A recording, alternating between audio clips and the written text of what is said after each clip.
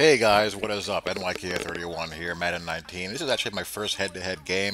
I'm rolling with the Carolina Panthers as I'll be using them in an online CFM.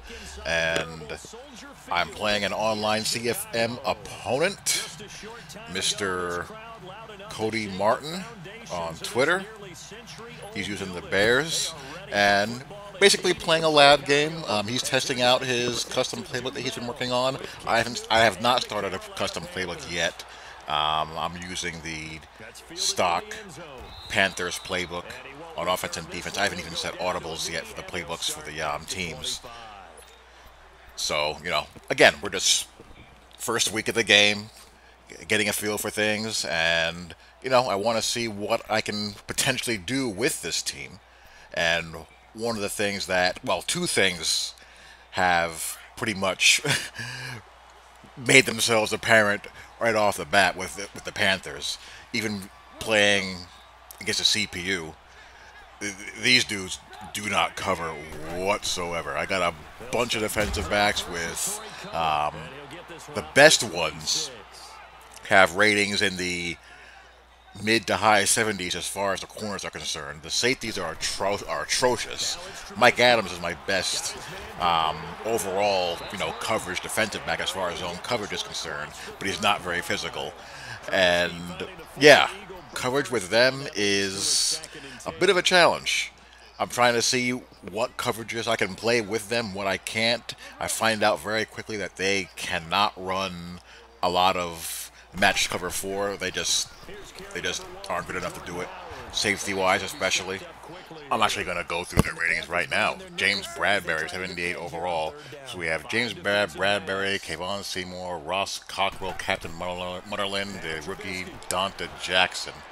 And if we go by man coverage, zone coverage, press ratings, Bradbury here is 78 man, 75 zone, 80 press.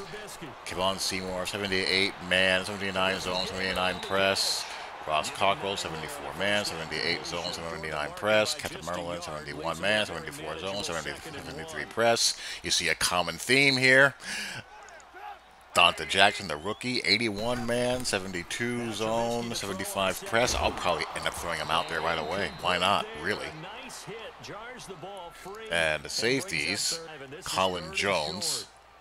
When you're a poor man's Chris Conti, that's not a compliment. 89 speed, 93 acceleration, 65 awareness. Then was a box of rocks. 57 catching, 68 tackling, 70 hit power, 65 play rec, 68 man coverage, 71 zone coverage. I have a rookie here, Rashawn Golden, 73 man coverage, 76 zone coverage, 61 play rec, 71 tackling, and 80 hit power. Got some thump in his bat a little bit. So we'll probably end up throwing him out there as well. And Mike Adams, a 14-year vet with his 83 speed and 86 acceleration. He's aware at least, 86 awareness, 75 catching. Not much of a tackler at 70. It's not really an in-the-box type. 54 block shedding, 74 man coverage, 81 zone. So, yeah, we're going to be limited. Basically, the strength of the team on defense is the defensive line and the backers, and my best bet is to try to get into situations or get my opponent into situations where I can play a lot of Tampa 2 and have Luke Kuechly and Thomas Davis run around and crush people. That's pretty much it. I'm down 14-0. I made a couple of, boneheaded mistakes early on. On offense, you see Christian McCaffrey here, and he is a treat to use. He is the very definition of X Factor. What I would like to do, I'd like to kind of move him around a lot, and you're going to see in this game I have him lined up in different spots. Again, I'm just trying to see what he can do, what he can't do. I have him there in the slot here on this I formation, this weak I formation dagger out. Just trying, and he's going to be in a slot, some shotgun sets as well. Ideally, what I would like to do is be able to edit the run and shoot playbook to kind of make him a hybrid slot receiver, running back type like, Eric Metcalf, but that's not an editable playbook for making custom playbooks with, so I'm going to be up against the 8 ball as far as that's concerned, but I'll figure something out. Nice spin there.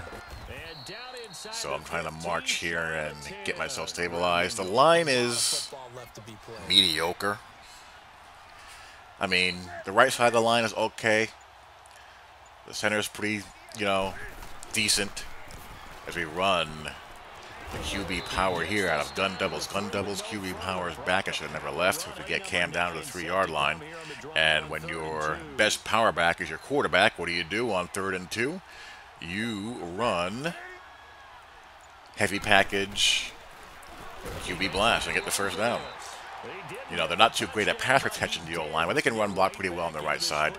And here we're going to punch it in here, running a little bit of wildcat. Again, Cam is in there. Fake jet sweep action. We walk in there. Very nicely done. The Panthers playbook is actually pretty fun.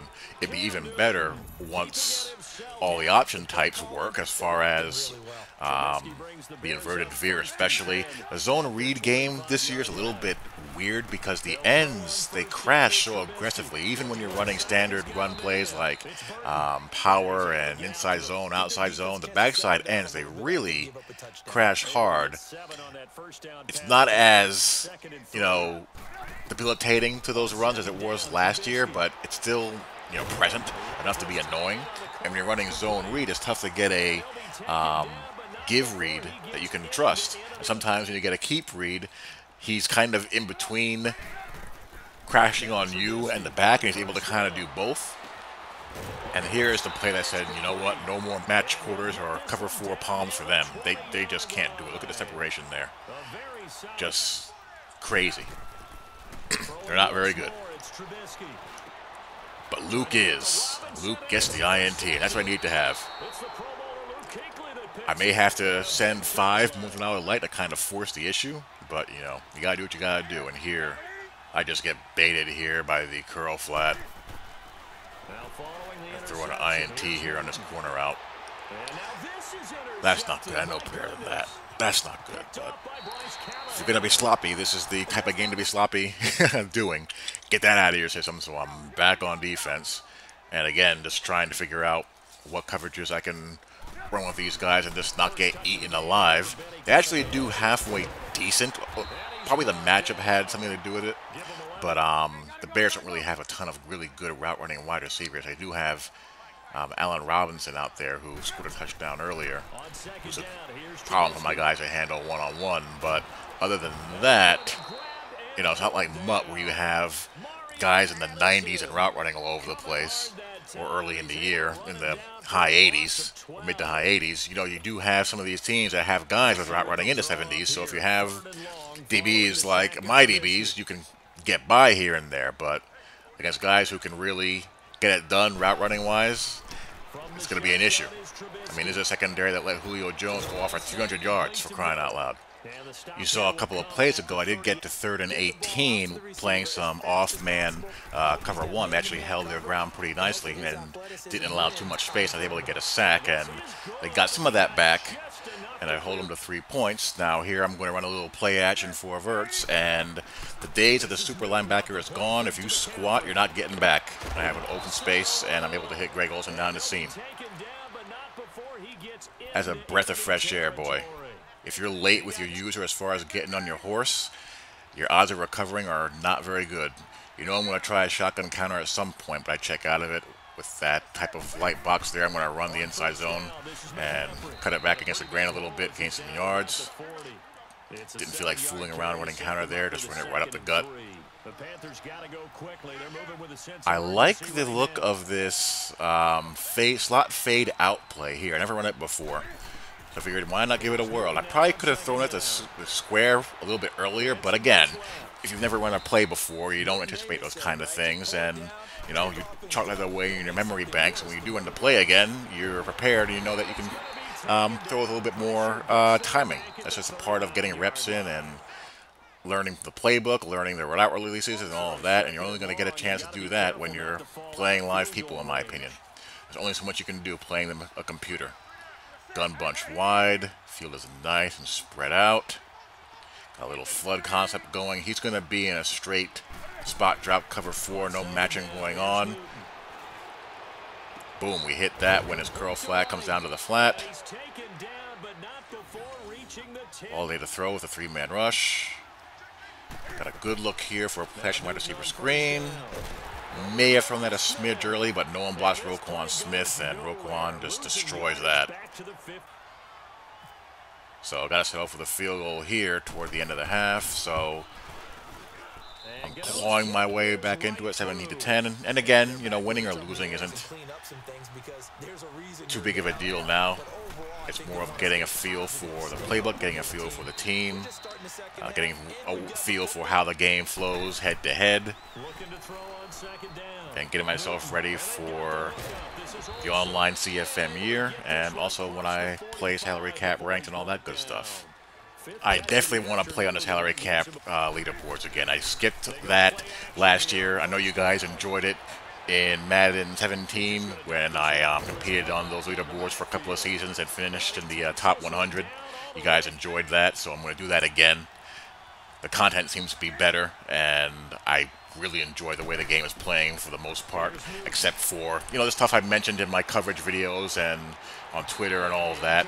But overall, this game right here was a lot of fun. I missed the square in there. I felt like I should have hit that anyway. The Jags receivers, they're a weird bunch.